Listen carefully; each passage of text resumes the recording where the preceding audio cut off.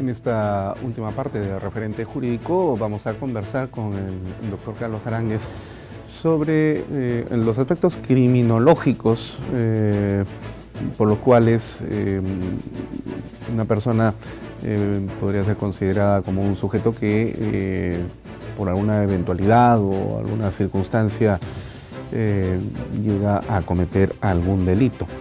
Y justamente en los últimos años, a propósito de las consideraciones según las cuales también la persona jurídica comete delitos, ¿no? Ya no solamente la persona natural, entonces esto ha obligado a que la criminología, digamos, se redimensione, ¿no? desde esta perspectiva, y donde las tesis tradicionales también pues han tenido que verse afectadas y ayornadas, como dicen los italianos, para poder tratar de explicar el fenómeno delictivo, ¿no?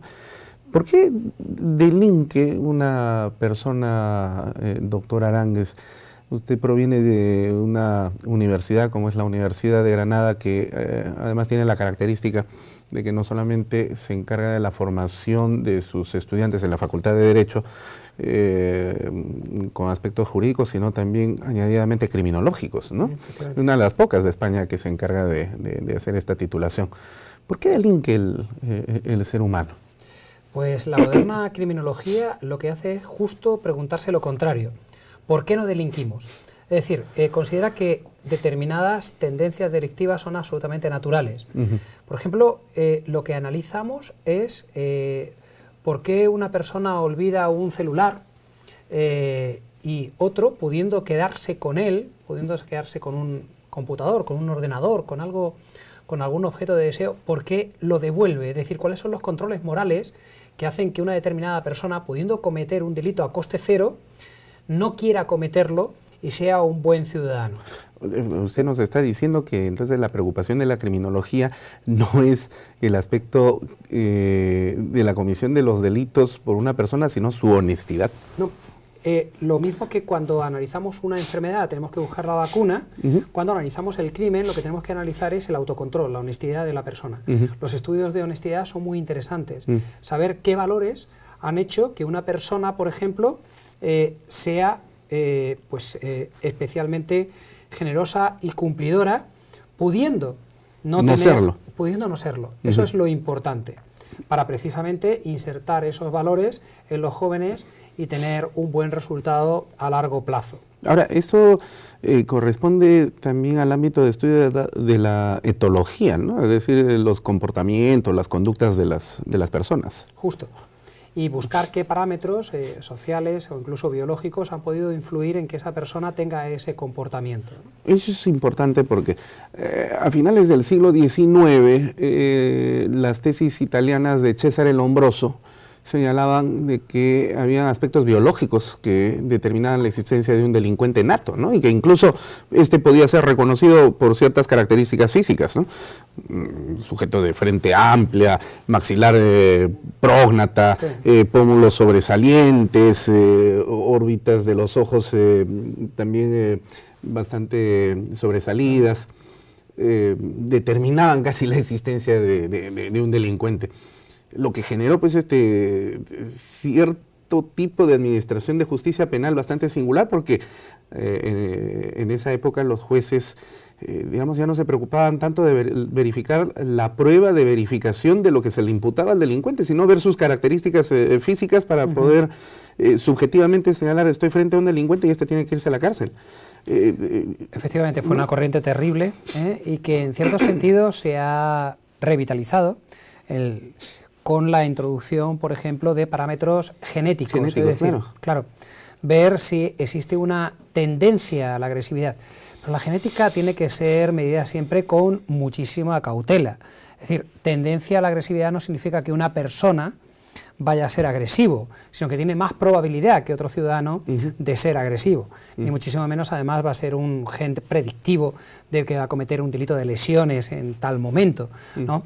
Efectivamente, esos condicionantes serían absolutamente absurdos. Eso sí, los condicionantes biológicos sí que son muy estudiados en la moderna criminología. Por ejemplo, en todas las sociedades y en todos los tiempos, las mujeres vienen a delinquir en torno a un 10% respecto a los varones. Es decir, delinquen 10 veces menos, y eso pasa en la España de los años 40 y en la España actual. Eso sucede en Perú y en Siria. Entonces, ¿por qué? ¿Por qué las mujeres delinquen menos? Quizá haya alguna explicación biológica que, en base, por ejemplo, a la fuerza que podemos desarrollar en las manos, explique por qué los hombres somos estranguladores y las mujeres envenenadoras.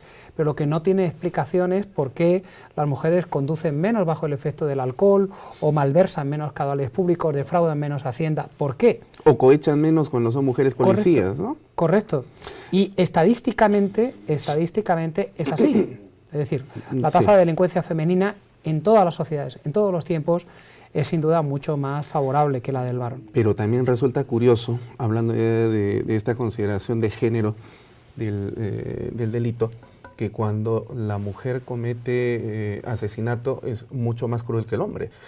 Por ejemplo, las mujeres de Sendero Luminoso, comparativamente con los hombres de Sendero Luminoso, eran muchísimo más perversas cuando mataban. Pues mire, no tengo constancia y no sé, no conozco estudios en concreto sobre esa perversión. Sí que hay determinadas tendencias criminales, por ejemplo en España, en el caso de las viudas negras, es decir, las personas que van contrayendo matrimonio para darle muerte y heredar, sí que efectivamente son un parámetro claramente femenino y un tipo de delincuencia claramente femenina. Pero en la comparación salimos perdiendo con mucho. Es decir, por ejemplo, en el homicidio en pareja, el feminicidio tiene una tasa, pero vamos, 10 veces superior al homicidio. Correcto, efectivamente. Así cabe el término. Así cabe el término. Sí. Pero es realmente muy significativo. Ahora, cuando se terminó de conocer el código del mapa genético, a inicios del presente siglo, se empezó también a hablar de la existencia de una especie de el gen del delito.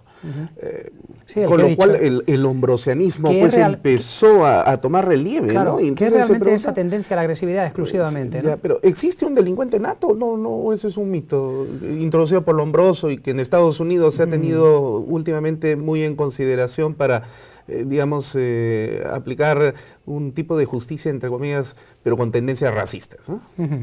Sí, efectivamente, porque ese es otro de los factores. Es decir, en el caso de Estados Unidos también la tasa de población afro de población reclusa afro es infinitamente superior a la caucásica. Claro, eso sería también objeto de debate, ¿no?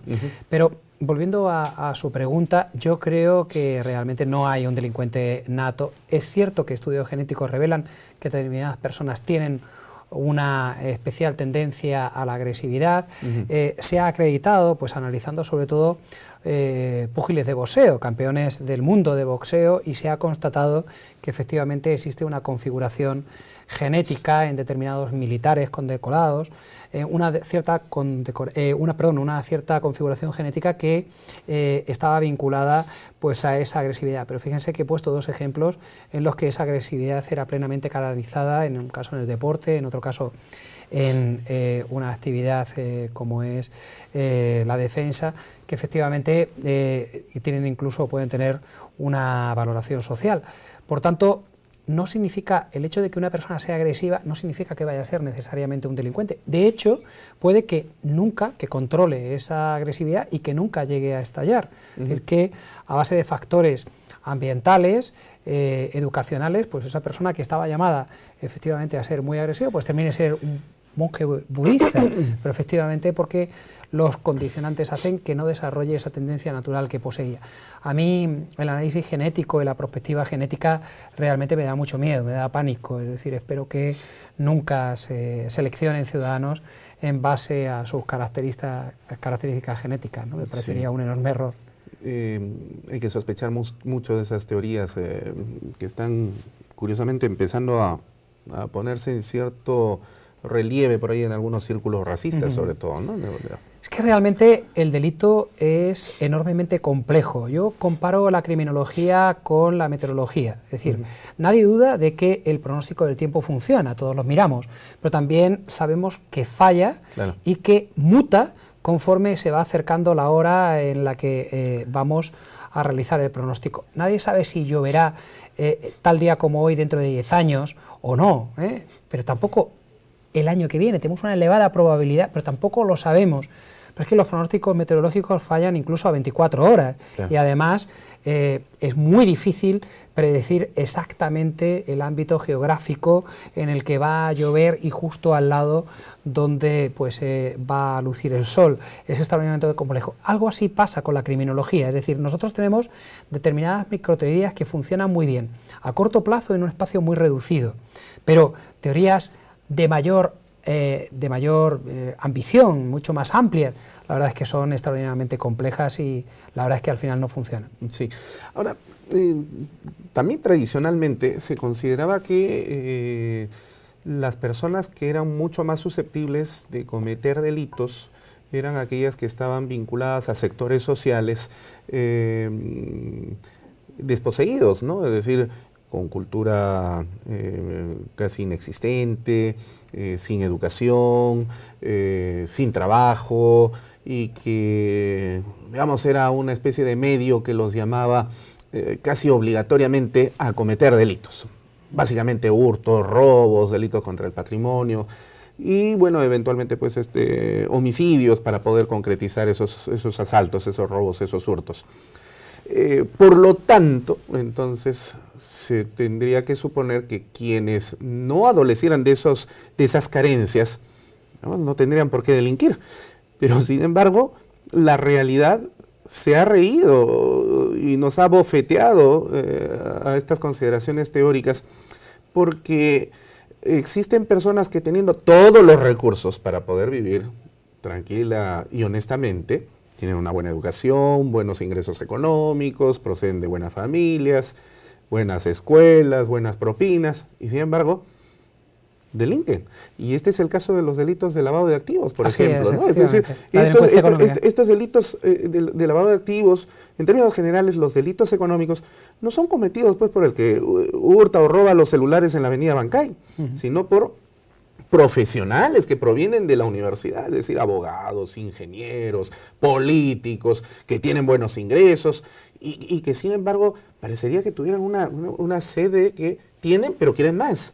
Y entonces esto otra vez arrincona la criminología y le cuestiona, ¿por qué si ya tienen lo necesario para poder vivir decorosamente, tiene esa necesidad de seguir delinquiendo para tener más? ¿Por qué? La insatisfacción, el poder, efectivamente, la delincuencia de cuello blanco tiene unos perfiles absolutamente diversos de la delincuencia tradicional, pero es que también, y lo que es más preocupante, tiene incluso una justicia que al menos funciona a una velocidad diferente. Esto sí que también debemos advertirlo. Miren, ninguna justicia penal es una buena justicia si no es rápida. Claro. Es el gran problema y la obsesión es compatibilizar la protección de los derechos fundamentales, sobre todo además, en primer lugar, del imputado, del investigado, con pues una justicia rápida, eficaz, ¿no?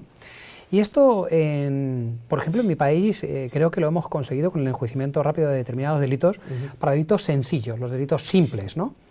Si alguien abofetea a otro, si intenta llevarse una cámara de este plató y es detenido, literalmente es juzgado, bueno, esa misma tarde o a lo más tardar en una semana tiene una sentencia firme, ya sea ese mismo día, si es por conformidad, un proceso inmediato. Esa misma, que aquí en el Perú también lo tenemos. Sí, ese mismo día, si es por conformidad, si no, la semana siguiente hay un juicio y a los 2 meses hay una segunda instancia y una sentencia firme. Tenemos un procedimiento para los delitos sencillos, simples, enormemente veloz, eficaz, la verdad es que muy bien organizado. ¿Qué pasa con los delitos económicos? Que se eternizan. Es decir, la legislación relativa a la responsabilidad penal de personas jurídicas, como he dicho, entró en 2010 en nuestro ordenamiento jurídico y fíjese, hasta ahora hay 6 sentencias del Tribunal Supremo, de lo que sería nuestra Corte Suprema de Justicia. Solamente 6. Esto significa que solamente 6 procesos importantes han agotado todo el itinerario jurídico posible de recursos hasta la etapa final. Hasta la etapa final, ¿no? Uno de ellos de la Infanta, ¿verdad? Uno de ellos, el de la Infanta, está todavía, ese no lo he contado entre los 6 que ha terminado, porque ha sido todavía objeto de recurso. Pero muy buen ejemplo, porque efectivamente sería pues una buena muestra de la voracidad que tienen algunas personas, a pesar de tener una posición social de reconocido prestigio, para pues acometer delitos económicos. Sería muy buen ejemplo.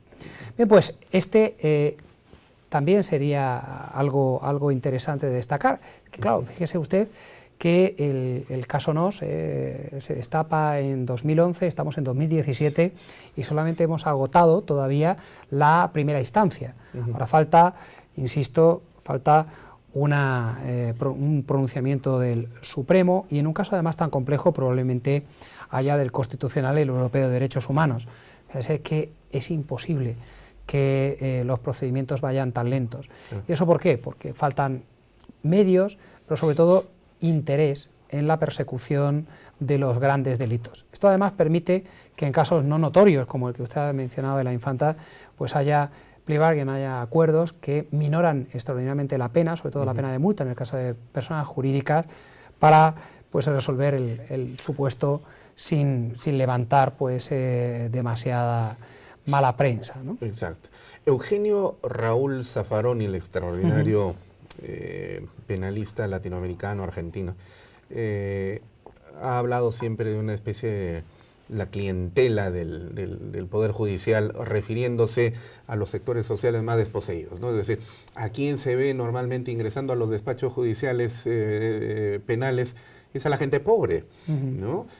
Y en efecto, uno puede pararse frente al juzgado penal de turno permanente aquí en Lima y lo que va a observar es que quienes ingresan y salen son personas que provienen de sectores sociales CDE, inclusive, ¿no? Pero en estos últimos años se ha visto de que esta justicia penal no solamente tiene a ese tipo de personas como parte de la clientela del derecho penal, utilizando esta expresión de Zaffaroni, sino también, como usted ha señalado, a personajes que provienen de un sector social encumbrado y que cometen delitos de cuello y corbata, ¿no? De cuello blanco. Pero todavía tienen un tratamiento diferente. Sí. Porque mire, en todos los ordenamientos jurídicos, la realidad peruana la conozco menos, pero piense, no sé, en Estados Unidos el caso Madoff, o el caso de la Infanta que ha referido, el caso Bankia. En todos estos supuestos es curioso porque la prisión preventiva, la medida cautelar personal más grave, se acuerda siempre de desfavorecidos, pero en muy pocos casos de estas personas que, como tienen un buen arraigo profesional, social, pues se supone que no van a eludir la acción de la justicia ni destruir pruebas. Y por eso no se acuerda la prisión preventiva, ¿no? La prisión provisional. Es terrible porque sí, eso sí que es un trato discriminatorio, sobre todo teniendo en cuenta lo mucho que duran los procedimientos procesos luego, ¿no?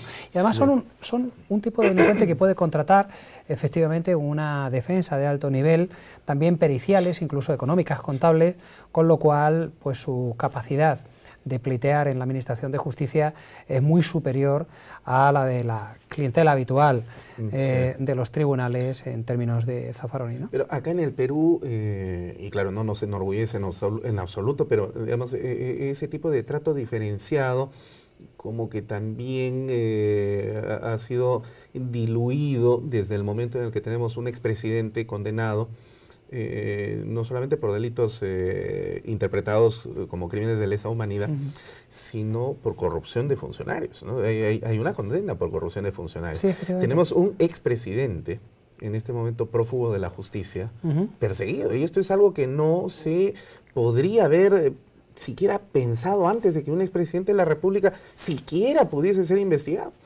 Y 2 expresidentes que están siendo investigados en este momento por el Ministerio Público, y digamos sin ningún trato privilegiado. Esto, claro, que no nos hace pues muy orgullosos, pero sin embargo da cuenta de que el sistema de administración de justicia ha empezado a cambiar, ¿no? Tiene razón, eso es cierto, pero al menos en España, no sé en el Perú, al menos en España también tiene mucho que ver con la prensa, con el impacto mediático. Es decir, no es lo mismo efectivamente un delincuente de cuello blanco que es un simple empresario desconocido, anónimo, aunque tenga unos recursos económicos, financieros muy importantes, que un conocido político, o incluso, no sé, en España, por ejemplo, es curioso, pero para hablar y ponerle nombre, ya que estamos hablando de lavado de activos, o sea, a mí me sorprende, hay personas como, por ejemplo, pues el caso de Isabel Pantoja, por ejemplo, que con una pena de tan solo 1 año de prisión, pues ingresó en prisión, en prisión, lo cual es bastante anómalo en general, y se puede explicar por qué. Se puede explicar por el impacto mediático, que también tiene una presión, incluso en los miembros de el cuerpo del poder de la magistratura. ¿Qué hubiera pasado si no hubiera habido esa presión mediática? Quizás los resultados hubieran sido diferentes, ¿no? Bueno, doctor Carlos Aránguez, en realidad ha sido un placer contar con su participación el día de hoy en Referente Jurídico. Estamos muy agradecidos por esta entrevista que nos ha concedido. Sabemos que ha venido a cumplir al Perú por la Academia de la Magistratura una serie de actividades académicas, y por supuesto nosotros le hacemos un reconocimiento expreso a través de nuestro programa y esperamos tenerlo prontamente de nuevo con nosotros. Siempre a su disposición. Muy agradecido. Muchas gracias. Bueno, también queremos agradecer finalmente al Jurado Nacional de Elecciones TV, que como cada semana nos permite llegar hasta sus pantallas a través de su señal de televisión. Ha llegado el momento de despedirnos. Y con ustedes será entonces hasta la próxima edición de Referente Jurídico. Muchas gracias.